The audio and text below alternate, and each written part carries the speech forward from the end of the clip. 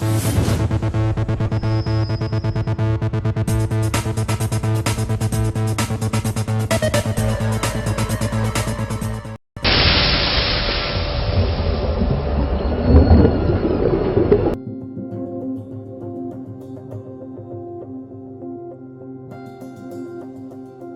name is Dr. Anthony Levatino. I'm a practicing obstetrician-gynecologist and I've performed over 1,200 abortions.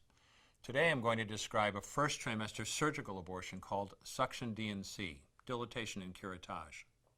This is the most frequently performed abortion and is used typically from 5 to 13 weeks of pregnancy. After administering anesthesia, the abortionist uses a speculum like this. This is placed inside the vagina and opened using this screw on the side, allowing the abortionist to see the cervix, the entrance to the uterus.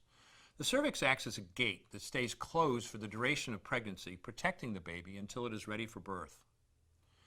The abortionist uses a series of metal rods called dilators, like these, which increase in thickness, and inserts them into the cervix to dilate it, gaining access to the inside of the uterus where the baby resides. The baby has a heartbeat, fingers, toes, arms, and legs, but its bones are still weak and fragile. The abortionist takes a suction catheter like this one. This is a 14 French suction catheter. It's clear plastic, about 9 inches long, and it has a hole through the center. It is inserted through the cervix into the uterus. The suction machine is then turned on with a force 10 to 20 times more powerful than your household vacuum cleaner. The baby is rapidly torn apart by the force of the suction and squeezed through this tubing down into the suction machine, followed by the placenta.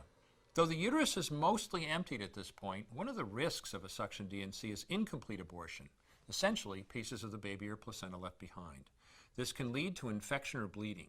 In an attempt to prevent this, the abortionist uses a curette to scrape the lining of the uterus.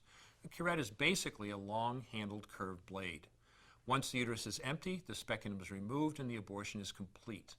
The risks of suction D&C include perforation or laceration of the uterus or cervix, potentially damaging intestine, bladder, and nearby blood vessels, hemorrhage, infection, and in rare instances, even death. Future pregnancies are also at a greater risk for loss or premature delivery due to abortion-related trauma and injury to the cervix. As I mentioned at the beginning, I'm Dr. Anthony Levatino, and in the early part of my career as an OBGYN, I performed over 1,200 abortions. One day, after completing one of those abortions, I looked at the remains of a preborn child whose life I had ended, and all I could see was someone's son or daughter. I came to realize that killing a baby at any stage of pregnancy for any reason is wrong. I want you to know today, no matter where you're at or what you've done, you can change.